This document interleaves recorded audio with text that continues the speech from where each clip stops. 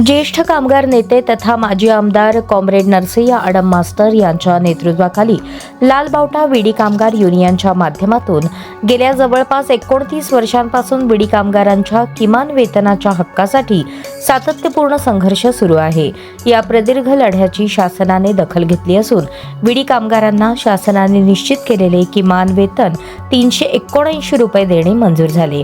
या ऐतिहासिक निर्णयाच्या पार्श्वभूमीवर मंगळवार दिनांक 11 ऑगस्ट रोजी दत्तनगर येथील C2च्या मध्यवर्ती कार्यालयात समाज बांधवांच्या वतीने माजी आमदार कॉम्रेड नरसय्या आडम मास्तर यांचा सन्मान करण्यात आला।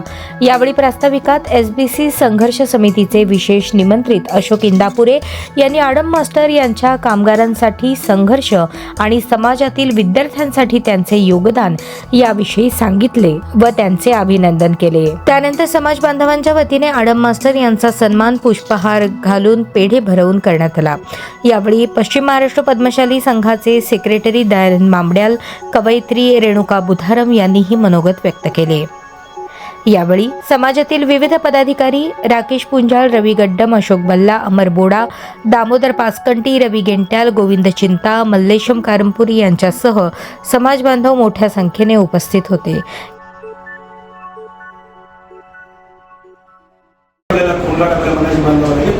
मी कुणाची तरफदारी करणार नाही। काम बघा आणि काम करा। आज वयाच्या 83 काल मी त्यांना भेटायला आलो, त्यांना विचारले मास्तर तुझं वय किती? 83 वर्ष वय। 86 वर्षाचं वय। एकही गोळीने कुठला आजार पण नाही, फक्त उद्योगमानामुळे थोडंसं कमी ऐकू येत आहे। परंतु आजही त्यांचं दररोज सकाळी 2 तास, संध्याकाळचं 2 तासाचं वाचन कितीपैकी आपल्या मित्र वाचतात।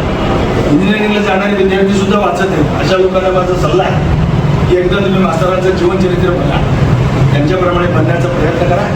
आपल्याला पुढचा भविष्यकाळ अत्यंत चांगला राहील। आडम मास्तरांनी जे काम केलं, खरं तर त्यांचा समाजाच्या वतीनं मोठा सत्कार व्हायला हवा। समाजाच्या जो होईल त्यावेळेला होईल, परंतु आज सगळे आपण समय विचार येऊन आपल्या पद्मशाली समाजाच्या वतीने मास्तरांना एक आपण पुष्पहार करून त्यांनी जे काम केलं आमच्या माता भगिनींसाठी, त्यांच्या त्या कामासाठी आपण त्यांना एक सत्कार करायचा आपण योजना पण सगळ्यांना म्हटलं, त्याबद्दल मी सगळ्यांना धन्यवाद देतो। आणि मला माहीत आहे आपण माझ्यापेक्षा जास्त या विडी कामगारांचं किमान वेतन जे वाढवून मिळालं त्याच्या पाठीमागं काय काय एकदा करावं लागलं ते मास्तरांचे तोंडून आपल्याला ऐकायला आवडेल। कारण बऱ्याच जणांना माहीत नाही त्याच्यामध्ये काय काय अडचणी आल्या, त्या अडचणी कशा पद्धतीनं त्यांनी दूर केल्या आणि सरकारला पटवणं अतिशय कठीण आहे, पण सरकारला त्यांनी पटवलं आणि सरकारने काम मान्य केलं। ते आपल्याला मास्तरांचे तोंडून ऐकायचे आहे। त्या अगोदर मी आमच्या रेणुका यांना विनंती करतो, सर्व समाज बांधव, तर आज एक विजय संपादन केलेलं त्यानिमित्त मास्तरांना सत्कार करण्यासाठी या ठिकाणी सगळ्यांमध्ये आहोत। तर विडी कामगारांचं जीवन एकदम सगळ्यांचंच, विडी कामगारांचं जीवन सगळ्यांनाच माहीत आहे की असं नाही की कोणाला माहीत नाही असं नाही आहे की कुठल्या परिस्थितीत जीवन जगत असते। तर त्यांच्या किमान वेतन या प्रश्नासाठी मागील 29 वर्षापासून लढा करत होते। कित्येक वेळा मोर्चा पण निघाले, कित्येक वेळा सगळ्या गोष्टी कोर्टात केलेल्या होते। त्यानंतर आज 2 दिवसापूर्वी त्या लढ्याला यश मिळालं, किमान वेतन प्रश्न मार्गी लागलेला आहे। तर सगळे माता भगिनी खुश आहेत।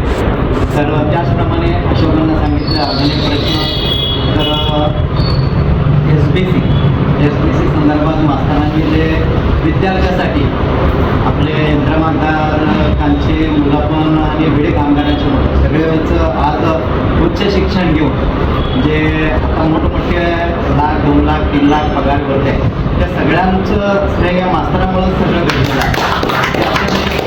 त्यावेळेस जर ते घडलं नसतं तर आज हे चित्र दिसलं नसतं की आज आपली मुलं लाखात, 2 लाखात, काही 50 लाख, 1-1 कोटी त्यांचं पॅकेज आहे बा। तर हे चित्र दिसलंच नसतं, म्हणजे माणूस शिकलाच नसता आणि उच्च शिक्षणाचा विचार केलाच नसता। आणि त्याचंच एक उदाहरण म्हणजे अशोकांना माहीत आहे की माझी मुलगी आज MBBS पूर्ण केलेलं आहे। MBBS पूर्ण केलेलं आहे. MD साठी आज त्यांनी परीक्षा देत आहे आता. तर या सगळ्या गोष्टीबद्दल मास्तरांचं मी पुन्हा एकदा अभिनंदन करतो. माझ्या विषयी संपतो. मला बातमी सांगायची सरांनी बातमी विडी कामगारांना 379 రూపాయలు మంజూరు వెంటనే కళ్ళకి నీళ్ళు వచ్చింది. ఎందుకంటే 2 మాపులు చేసినాం మా అమ్మ 2 మాపులు మేము. కానీ అప్పుడు మాకు అంత కూలి రాకుండే, ఎంత వీసై చేతిలో పైసలే కనబడు. మా అమ్మ కూడా అదే ఆ బాతీని వేసి అన్నది మేము ఇంత దంగాడినాం, ఎంత చేసినాం. కానీ ఇప్పుడు న్యాయం కల్పించిండు నర్సన్న. నేను ఒకటే మాట్లాడుతుంది నర్సన్న జై. నేనేం మాట్లాడలే అప్పుడు, ఎందుకంటే కళ్ళలో నీళ్ళు వస్తున్నాయి. ఏం మాట్లాడ మా అమ్మ అదే చెప్తుంది. అప్పుడు 2 మాపులు చేసినాము కానీ కూలే కనబడలేదు. ఇప్పుడు కూడా ఆడలకు మంచిగా ఉంది. ఇప్పుడన్నా న్యాయం దొరికిందని మేము ఇట్లా అన్నాము. ఇక ఈ కార్యానికి సెల్లు చేస్తాము. అంటే ఆ కష్టం ఎంత ఉంటుంది నాకు తెలుసు. తినడానికి తిండి ఉంటుంది, ఇంటికి పోతే కూరగాయలు ఉన్నాయి. బాపిచ్చి పోగా దానికి కూరగాయల దగ్గర బతలాడాలి. కూలినాడు ఇస్తాను, రోజు ఇస్తా పో. అట్లా ఇప్పటికైనా ఉన్నది. ఇంకా ఆ ఆడవాళ్ళ కష్టం తీర్చిండు ఆ నర్సన్న. మరి మరి इंद्रमान कामगार त्रास येईल. इंद्रमान कामगार लोक 26 सेकंड त्रास होणार ते मास्टरचे ते बीडी कामगार करून ఎవరికన్నా ఆడ ఇట్లా త్రాస్ అయ్యి చెప్పి వాళ్ళు నోట్లు చెప్పండి ఇలా ఏముంటుంది అంత మాస్టర్ అంత బయట यादव आमदार यादव बीडी कामगार కోసం इंद्रमान यादव ఎట్లా विषय आला मांडायचे म्हणजे स्वतः मी आता स्टेजला చెప్పాను तुम्ही हे आडा చెప్పాను ఎందుకంటే వాళ్ళు ఇప్పుడు ఉన్న కామగారు ఆమదారు వాళ్ళు ఫ్యామిలీ కింది లెవెల్ రాజేదాకా వాళ్ళు అనిపిస్తుంది. వాళ్ళకి కింది దగ్గర విషయం వాళ్ళు తెలుసుకోండి. అన్నీ ఉండే వాళ్ళకు కొరడా ఇచ్చింది, మీకు కొరడా కలిసింది. అదే మీరు కంగారుకి ఎంత అన్నం పెడితే అట్లా మాలు